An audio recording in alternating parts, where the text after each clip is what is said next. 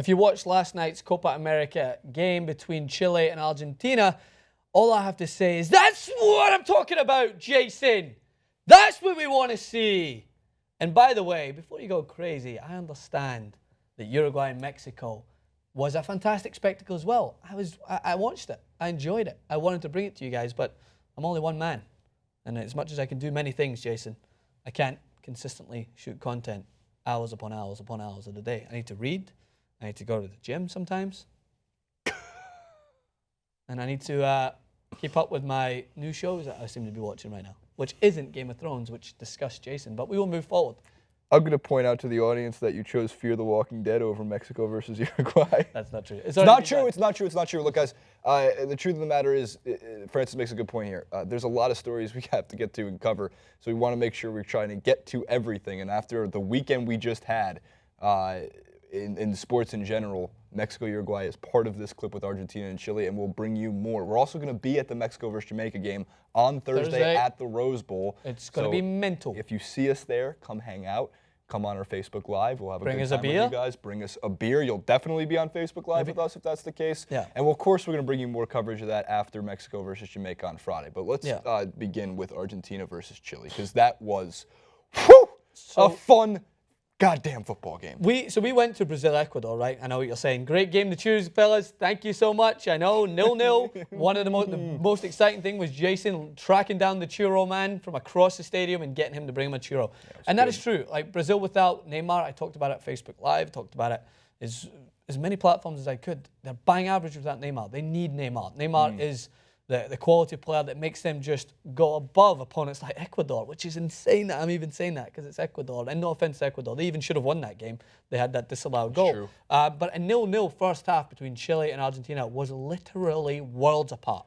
But it's so exciting. And it should not have been 0-0. Yeah, there was many chances where either a team could have scored. Both teams could have scored. Observationally, when I was watching that match, I was pretty surprised at how sloppy the midfield was playing on both sides.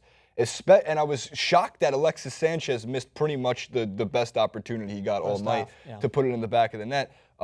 It was a bad turnover right there. And by the way, also, Arturo Vidal is becoming a master of the pass. A couple balls he placed in that first half could have turned into even better chances for Chile to score. I thought it should have been Chile should have gone into the first half with a lead. Towards the end, Alexis Sanchez, again, capitalizing on high pressure. That's what made the game so exciting. Both teams, such high pressure, but then if either team turned over the ball, that counter-attack was so quick, especially Argentina. A point on Arturo Vidal, though, Jason, I was going to say, is I tweeted out saying that he's like 30% ability. He's got ability, 30%, still not a bad number to have. 50% work rate, and then he's about 20% Sunday league tackles. He flies in, man. Sometimes he is very. He needs to watch, especially like so. If Arturo Vidal does that all game and wins the ball the majority of the time, he's still effective, because then you're not going to nullify that part of his game. But as soon as he gets himself a yellow card, he's immediately walking on eggshells, and he can't do that as much. And that's all part of his game. He is one of the best midfielders in the world at just confiding space, forcing players to play outside their comfort zone. And when he got himself a yellow card earlier on, there was plenty of opportunity for the referee. Thankfully, there was a referee more lenient than anything else. I was going to say, subjectively speaking, I felt like Vidal was getting the shit kicked out of him. He was throughout that match. Not just kicks, elbows to the head, some of them. But again, if you're going to, Arturo Vidal is a difference maker on that Chilean team, and part of the reason they won the Copa America last season. So you got to play physical. That makes sense. But I was curious what you thought, because on Argentina's counterattack, because so fast. Di Maria is blindingly fast. Higuain also missed a lot of opportunities in the first half, and this is all with Aguero and Messi on the bench. Yeah, and I'm a little frustrated, because all of my previews, whether it was a Football Republic, whether it was 120, whether it was here, I was like, Higuain, going to be the difference maker. He was close to being record-breaking season in Italy, and again though, he gets himself into these spaces, but he never looks as confident in front of goal. And I know Messi's not there to supply him with the best assists, but Di Maria does a good job. By the way, Rojo, similar to Di Maria, as soon as they put on that Argentina jersey, they become different players. They become players like those guys thrive in this environment. Di Maria, as we mentioned there, a special moment for him. He scored based on that counter-attacking ability. They nullified space in the middle. Mascherano, a hunter in the middle of the park for Argentina. The ball's turned over, and then Di Maria I think Bravo's a little susceptible there to the near post. He has to watch himself. He scores and he dedicates it to his grandmother, who passed away the night before. And a really interesting point, by the way, from, I think, is it Fiore, the Fox analyst, who does the goal? Guy Fieri. He's a chef. Guy Fieri is a chef for Diners, Drive-In and Dives. Yes, exactly. Yeah, right. But the guy made a good point saying that, yes, like we often allude to the analysis that players are overpaid and they just do things for the money and that they can just go on and just go out there on the field and it's just a job to them that they walk on with a big paycheck. Like, when it comes to your national team, yes, there's paychecks involved, but as we see, like some Neymar taking a little bit of a break, Messi's waiting to get back to fitness, sitting on the bench. Like Di Maria, at the moment, is the life of that Argentina team. And you could have easily said, you know what, fellas, I can't play. My grandmother, who's the world to me, just passed away last night. That's a very rough thing to take, but he uses it to power him forward. And what a game he had. Man of the match, came out, and I thought that he was very similar to the Di Maria we've seen in Real Madrid. When as soon as he got the ball to his feet, electric, good at utilizing the ball in space, and he was a difference maker for me. Chile, as you mentioned, Jason, could have easily got themselves up early in that game, but they just didn't have that final product that I thought Argentina had.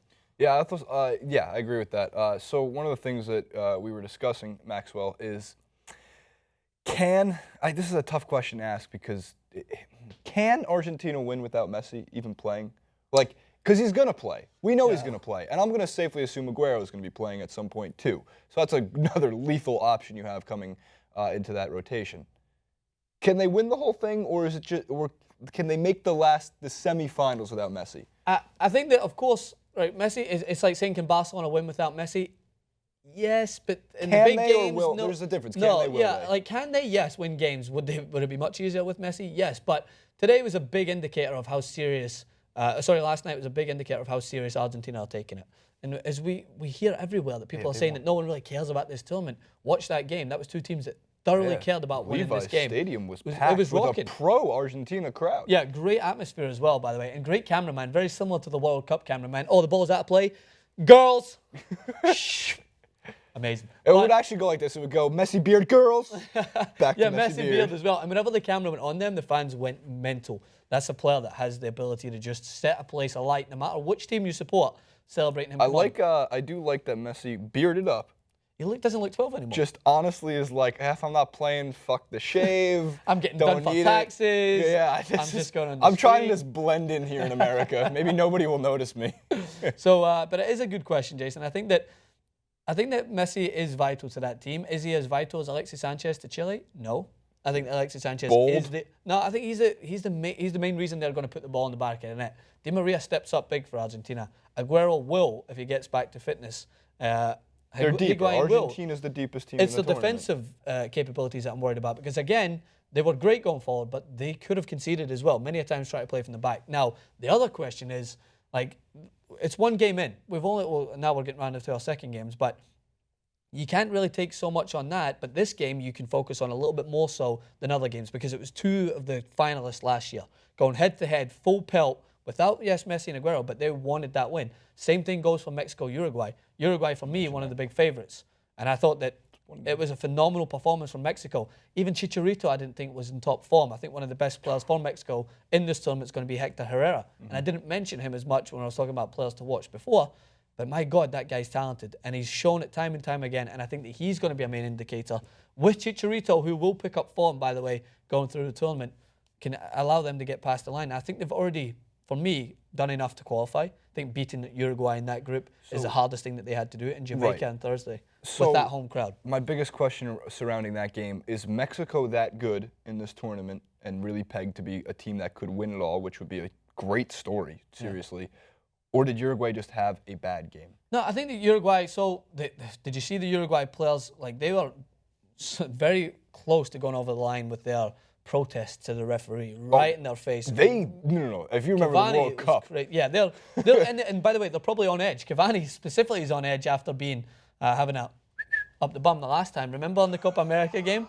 So he's gonna be wandering around and making sure that the referees are doing their job, and he wasn't happy. Suarez sitting out on the bench. He's gonna be a big difference maker coming in, and they went down to 10 men, which is another thing that's just gonna frustrate Uruguay even more so in this competition. Diego Godin had a phenomenal header to get them back into the game, but Mexico, are one of the favourites to go far in this tournament for a reason. How long was it they did? It's been until that Uruguay goal, it was something about 720 minutes since they conceded a goal. Yeah, they're very strong at the back. Marquez even, the 49-year-old, I think he's 38, but still, 49 sounds cool, pings a ball into the top corner. It was almost, you couldn't write it any better for a guy that's been every step of the way through Mexico with all the turmoil with decision-making and the transition of managers and the politics that goes along with that team.